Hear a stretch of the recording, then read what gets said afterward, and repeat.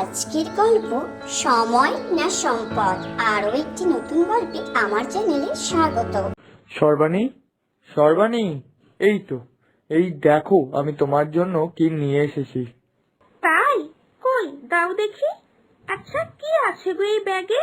Office থেকে ফেরার সময় দেখলাম গরম গরম জিলাপি ভাজছে। তুমি তো জিলাপি খেতে খুব ভালোবাসো, তাই তোমার জন্য জিলাপি নিয়ে এলাম। কি, জিলিপি? আমি ভাবলাম তুমি হয়তো গয়নাগাটি কিংবা ভালো কোনো শাড়ি কিনে এনেছো। আরে 2 টাকার জিলিপি এনে তুমি সদর দরজা থেকে আমার চিৎকার করতে করতে আসছো যেন কত দামি একটা উপহার নিয়ে এসেছো। এইভাবে বলছো কেন? তুমি তো ভালোবাসো খেতে, তাই তোমার জন্য নিয়ে এলাম।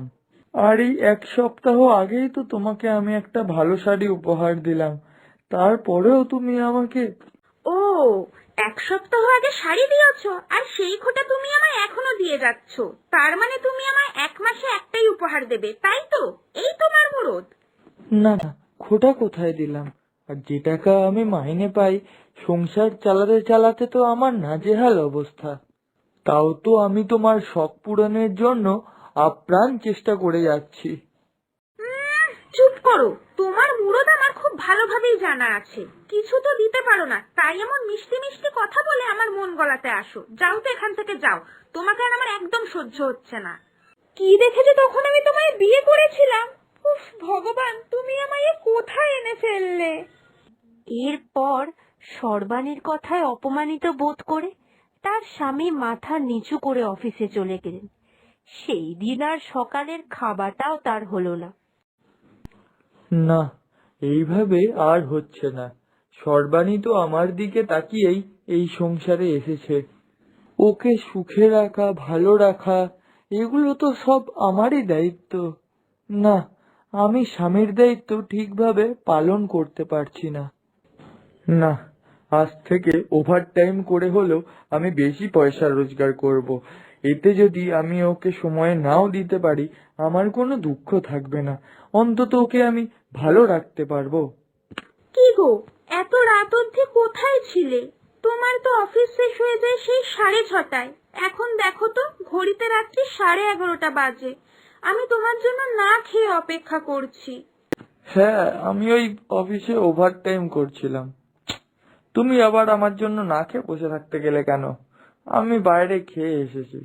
আসলে অফিসে আজকে একটা বড় মিটিং ছিল, আর ওখানেই সবাই ডিনার করতে বলেছিল, তাই আমি ওখান থেকেই ডিনারটা করে চলে এসেছি।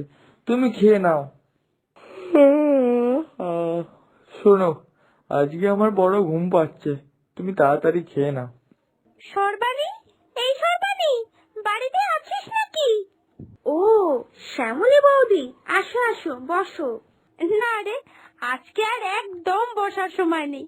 আজকে বিকালবেলা একটু ওনার সঙ্গে ঘুরতে বেরোবো, তাই ভাবছি এই শাড়িটা পরে যাব। কিন্তু দেখ না রে, শাড়িটার ফলস বসানো নেই। তাই তোর যদি একটু সময় হয়, শাড়িটাতে একটু ফলস বসিয়ে দিবি? হ্যাঁ হ্যাঁ, অবশ্যই দেব, কেন দেব না।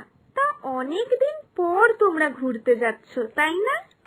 আসলে তা নয়, এই প্রত্যেক সপ্তাহে আমরা একটা দিন করে বাইরে ঘুরতে বেরোই।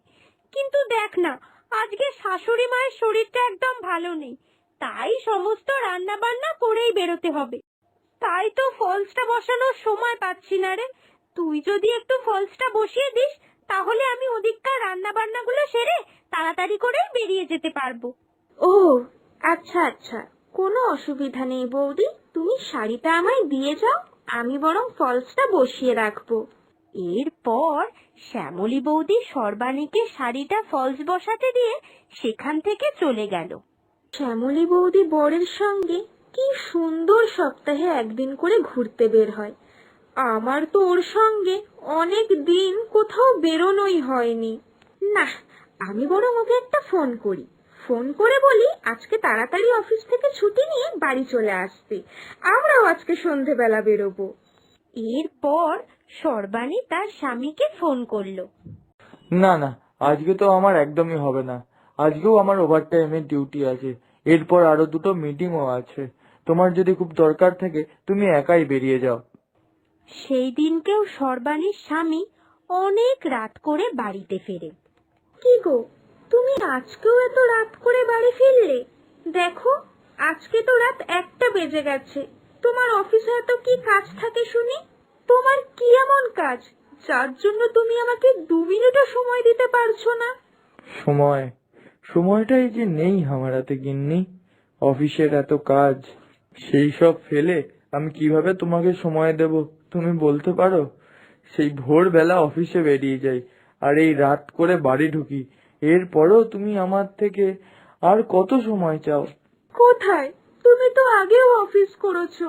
গত 3-4 মাস ধরে দেখছি তোমার এই অধঃপতন। তুমি আগে আমায় কত ভালোবাসতে, কত সময় দিতে আমায়।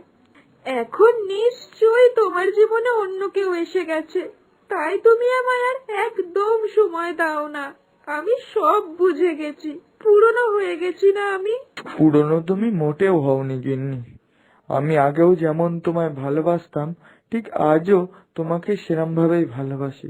বরঞ্চ ভালোবাসি বলেই হয়তো তোমায় সময়টাই দিতে পারিনি। মানে? মানে মনে আছে গিন্নি তোমার?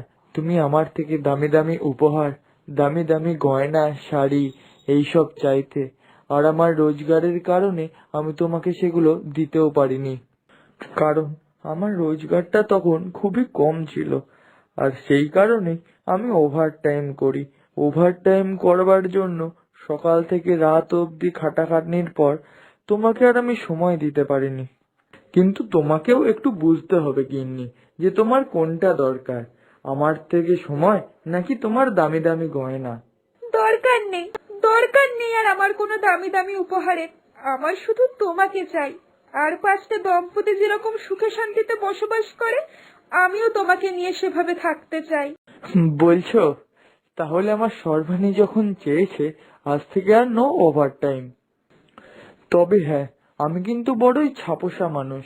তোমাকে দামি দামি গয়না না দিতে পারলেও আমার থেকে অনেক সময় তুমি পাবে। এরপর থেকে সর্বাণী আর তার স্বামী সুখে শান্তিতে দিন কাটাতে লাগলো। এইরকম নতুন নতুন শিক্ষণীয় মজাদার গল্প পেতে আমার চ্যানেলটি সাবস্ক্রাইব করে পাশে থাকবেন। ধন্যবাদ।